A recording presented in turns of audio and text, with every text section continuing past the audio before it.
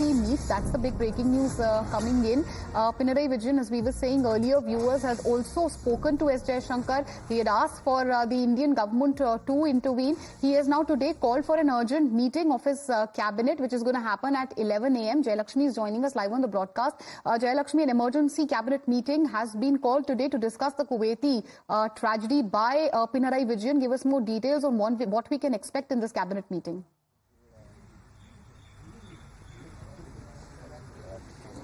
Yes, Meenakshi, Chief Minister had even yesterday spoken to External Minister Jaishankar, and he had also, asked centre's intervention as soon as taking immediate action for bringing back the mortal remains of those deceased as soon as possible to their families.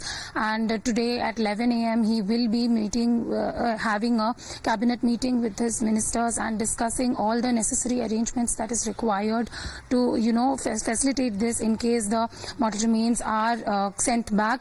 And that the meeting is, it will be also discussed. The meeting in the meeting there will be also discussions held on the incident and the information of from the government that how many people and the number of Malayalis. In fact, minute by minute the number has been increasing as far as Kerala is concerned. 14 Malayalis have been reported to be reported dead in this accident, and in fact the chances of these numbers increasing are also very high, as the casualties who are in treatment right now are also in very serious and critical condition. That's what the sources say.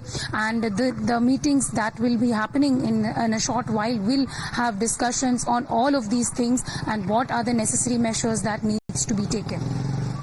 All right. Thank you for joining us with all these details. In fact, viewers, we've also spoken to the kin of the victims of the Kuwait fire tragedy. Listen into this heart-wrenching reaction.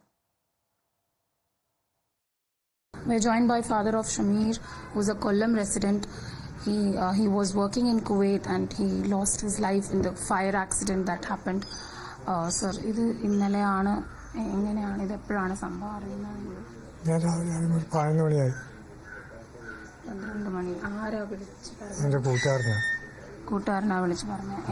ഇവിടെ പേച്ചാട്ടിച്ചിര മോനും കൂടെ വന്നിട്ട് എൻ്റെ അടുത്ത് പറഞ്ഞു ഒരു accident ഉണ്ടായിരുന്നു. വണ്ടി ആക്സിഡന്റ് എന്ന് പറഞ്ഞപ്പോൾ പറഞ്ഞു ഞാൻ പിന്നെ സംസാരിക്കുന്നില്ല, ഞാൻ നേരെ ഇവിടെ വന്നു. ഇവിടെ വന്നിട്ട് മോനെ വിളിച്ചില്ല, ഫോൺ എടുക്കുന്നില്ല. പിന്നെ തിരിച്ചാരെ വിളിച്ച് വരുത്തി കാര്യം വണ്ടി ആക്സിഡന്റ് പറഞ്ഞത്. പിന്നെ അറിഞ്ഞ തീ പിടിച്ചെന്നുള്ളതൊക്കെ. പിന്നെ വൈകുന്നേരം 6 മണിക്ക് ശേഷം ഇത് കൺഫേം ആവുന്നത്. അവിടുന്ന് ആരെങ്കിലും ഒഫീഷ്യലായിട്ട് കൺഫർമേഷൻ ആരെങ്കിലും തന്നായിരുന്നു?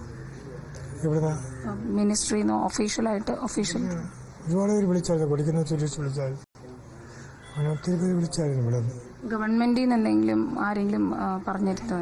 ഇല്ല, ഇതുവരെ പറഞ്ഞിട്ടില്ല. എപ്പോഴാ പോയത് കുവൈത്തിലെ ഷമീർ? പോയിട്ട് 5 വർഷം കൊണ്ട് കമ്പനി ജോലിയാണ്. പിന്നെ അത് കഴിഞ്ഞിട്ട് ഇപ്പം 30 മാസം കഴിഞ്ഞ് വന്ന് കല്യാണം കഴിച്ചിട്ട് 2 മാസം 3 മാസം. In fact, what's unfortunate is that politics has also erupted over the Kuwait fire. Congress's Shashi Tharoor has spoken on the so-called quote-unquote harsh reality of those suffering, or rather the sufferings of the immigrants. He's asked the government to prepare a bill for migrants. Some are calling it constructive suggestion and some are saying that the Congress is politicizing on the issue. Listen into what he had to say. Truly tragic. In fact, they had packed about couple of hundred people into that building. And it's really sad to hear that the fire killed, I believe they initially said 35, now it looks like 41. Dozens more are injured. So it's really a terrible situation. It's a reminder, sadly, of how much our migrant workers suffer when they go abroad hoping to make something to support their families at home, and they end up in this kind of terrible conditions. I pray and hope that the government of Kuwait will take very stern action against whoever is responsible and will also help compensate the families who lost their loved ones.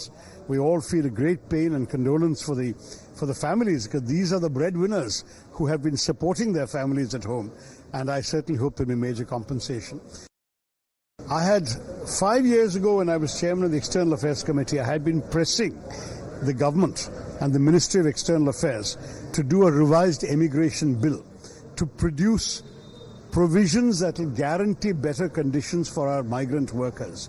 I'm shocked that in the 5 years since I had given the suggestion to the ministry and the ministry had accepted it, that no bill has come. And it's really been a dismaying matter. We need to act promptly to create the capacity to support our migrant workers wherever they go. So I would urge the government to, without any delay, come back to Parliament with a serious bill that will enhance the protections for our migrant workers wherever they go.